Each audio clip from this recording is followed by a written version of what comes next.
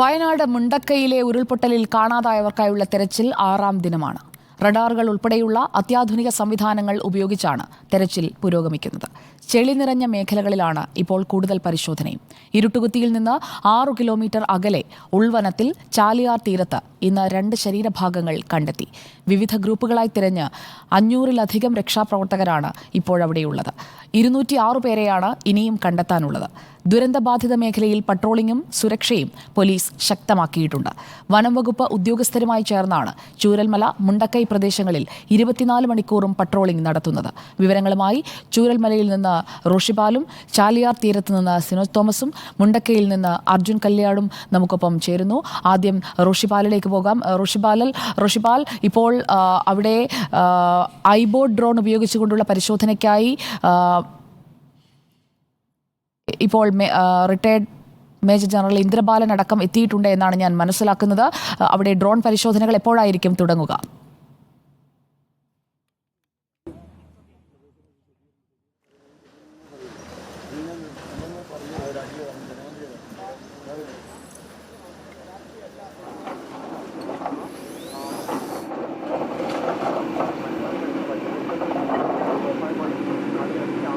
സുജയ, ഇപ്പോൾ കാണാം ഡ്രോൺ പരിശോധന ആരംഭിച്ചിരിക്കുന്നു. റിട്ടയർഡ് മേജർ ജനറൽ എം ഇന്ദ്രബാലന്റെ നേതൃത്വത്തിലുള്ള സംഘം അവരുടെ ദൗത്യം ആരംഭിച്ചിരിക്കുന്നു. ഇപ്പോൾ ഈ നിമിഷങ്ങളിൽ ആ ഡ്രോൺ പറന്നുയർന്നിരിക്കുകയാണ്.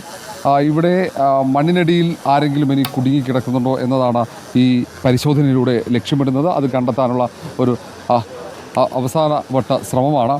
ഏതായാലും ഇവിടെ എല്ലാ തയ്യാറെടുപ്പുകളും ഈ പ്രധാനപ്പെട്ട ഐബോൺ ഡ്രോൺ ഇവിടെ പറത്താനുള്ള ഇത് ആദ്യഘട്ടത്തിലുള്ള ഒരു ഡ്രോൺ പരിശോധന ആരംഭിച്ചിരിക്കുന്നു. മറ്റ് ഡ്രോണുകൾ അത് തയ്യാറെടുക്കുകയാണ് പരിശോധനയ്ക്കായി. മേജർ ജനറൽ ഇന്ദ്രബാലൻ ഇവിടെയുണ്ട്. അല്പം മുമ്പാണ് ഇവർ ഇവിടെ എത്തിച്ചേർന്നത്. മറുഭാഗത്ത് ഈ മണ്ണുമാന്തി യന്ത്രം ഉപയോഗിച്ചുള്ള തിരച്ചിലും പുരോഗമിക്കുന്നുണ്ട്. അത് ഈ പരിസരത്താകെ പരിശോധന കെഡാവർ ഡോഗിനെ ഉപയോഗിച്ച് ഇവിടെ ആർമിയുടെ കെഡാവർ ഡോഗിനെ സഹായത്തോടെയാണ് ഈ മേഖലയിൽ ഈ ചൂരൽമലയുടെ മറുകരയിലുള്ള ഇപ്പോൾ ഞാൻ നിൽക്കുന്നത് ശിവക്ഷേത്രത്തിൻ്റെ പരിസരത്താണ്. അതിൻ്റെ മറുകരയുള്ള ഭാഗങ്ങൾ പൊളിഞ്ഞ വീടുകൾ അത് പൂർണ്ണമായും പൊളിച്ചു മാറ്റി അവിടെയുള്ള ചെളി മുഴുവൻ നീക്കം ചെയ്തുള്ള പരിശോധന അവിടെയൊക്കെ കെഡാവർ ഡോഗിനെ ഉപയോഗിച്ചു. കാരണം പലയിടങ്ങളിലും ദുർഗന്ധമുണ്ട്. ആ ദുർഗന്ധമുള്ള ഇടങ്ങളിലാണ് കെഡാവർ ഡോഗിൻ്റെ സഹായത്തോടെയുള്ള വളരെ വിശദമായ പരിശോധനകൾ നടന്നത്. ചിലയിടങ്ങളിൽ മൃതദേഹം ഉണ്ടെന്ന സംശയമുണ്ടായിരുന്നു. 2 മൃതദേഹം ഉണ്ടെന്ന സംശയങ്ങളൊക്കെ ഉണ്ടായിരുന്നു. പക്ഷേ പിന്നീട് അത് മൃതദേഹമില്ല എന്ന് അത് അത്തരത്തിൽ സ്ഥിരീകരിക്കുകയും ചെയ്തു. പക്ഷേ തെരച്ചിൽ ഒരു ഭാഗത്ത് പുരോഗമിക്കുന്നു. പരമാവധി യന്ത്രങ്ങൾ ഉപയോഗിച്ചുള്ള തെരച്ചിലാണ് നടക്കുന്നത്. ഈ ഭാഗങ്ങളിലൊക്കെ എല്ലാ ഭാഗങ്ങളിലും മണ്ണ് നീക്കം ചെയ്ത് അവിടെ കൃത്യമായ പരിശോധന നടക്കുന്നു. ഹയർ സെക്കൻഡറി സ്കൂളിൻ്റെ മറുകരയിൽ അവിടെ ഏറ്റവും കൂടുതൽ ചെളി നിറഞ്ഞിരിക്കുന്ന ഭാഗങ്ങളിലുള്ള പരിശോധനയുണ്ട്. നേരത്തെ റവന്യൂ മന്ത്രി കെ രാജൻ തന്നെ പറഞ്ഞതാണ്, ഈ ചെളി നിറഞ്ഞിരിക്കുന്ന ഭാഗങ്ങൾ അവിടെ കേന്ദ്രീകരിച്ചുള്ള പരിശോധന ഊർജിതമായി നടക്കും. അവിടെ പരമാവധി ചെളി നീക്കം ചെയ്യും. കാരണം അവിടെ ഏതെങ്കിലും തരത്തിൽ മൃതദേഹങ്ങൾ ഉള്ളിൽ ചെളിയിൽ പുതഞ്ഞു കിടക്കുന്നുണ്ടോ എന്ന് ഉറപ്പുവരുത്താൻ അത് കണ്ടെത്താനുള്ള ശ്രമമാണ് നടക്കുക എന്ന്. ഏതായാലും ഈ ഡ്രോൺ ഉയർത്താനുള്ള തയ്യാറെടുപ്പ് നടക്കുന്നു.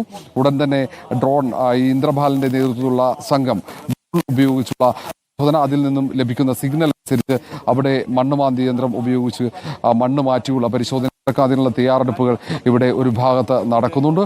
മേജർ ജനറൽ ഇന്ദ്രബാലന് സഹായിക്കാൻ പോലീസിൻ്റെ IRB ബറ്റാലിയൻ SP, ഈ സ്പെഷ്യൽ ഓപ്പറേഷൻ ഗ്രൂപ്പിൻ്റെ SP തബോഷ് ഇവിടെയുണ്ട്.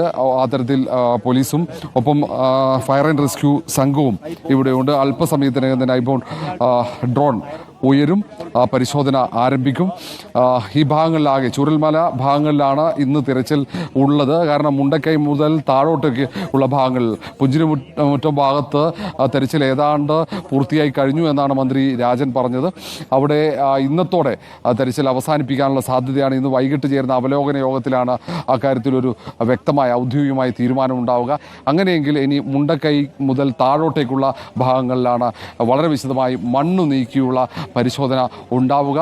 അത് ഏതൊക്കെ തരത്തിൽ റോഷിപാൽ വേണം എന്നതിന് റോഷിപാൽ നമ്മൾ ഒരു അവിടെ വ്യക്തമായ പ്രദേശവാസികളുമായി സംസാരിക്കുമ്പോൾ ഈ ചൂരൽമല ഭാഗത്തൊക്കെ കിണറുകളൊക്കെ മൂടിക്കിടക്കുകയാണ്.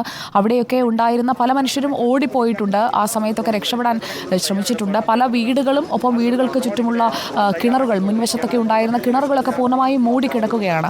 അങ്ങനെയുള്ള ഇടങ്ങളിലൊക്കെ ഈ ഡ്രോൺ പരിശോധനയിലൂടെ ഐബോ ഡ്രോൺ ആകുമ്പോൾ മണ്ണിന് താഴേക്ക് ആഴത്തിൽ മനുഷ്യൻ പതിഞ്ഞു പോയിട്ടുണ്ടെങ്കിലും അത് കൃത്യമായി കണ്ടെത്താൻ കഴിയുന്ന സംവിധാനമാണ്. ആ രീതിയിൽ അങ്ങനെ പ്രദേശവാസികൾ സംശയം പറയുന്ന ഭാഗങ്ങൾ, കാണാതായ ആളുകൾ, ഇതുവരെ കിട്ടാത്ത ആളുകൾ ഉണ്ടാകാൻ സാധ്യതയുള്ള ഇടങ്ങൾ, അതൊക്കെ കേന്ദ്രീകരിച്ചായിരിക്കുമോ ഐബോ ഡ്രോൺ ഉപയോഗപ്പെടുത്തുക?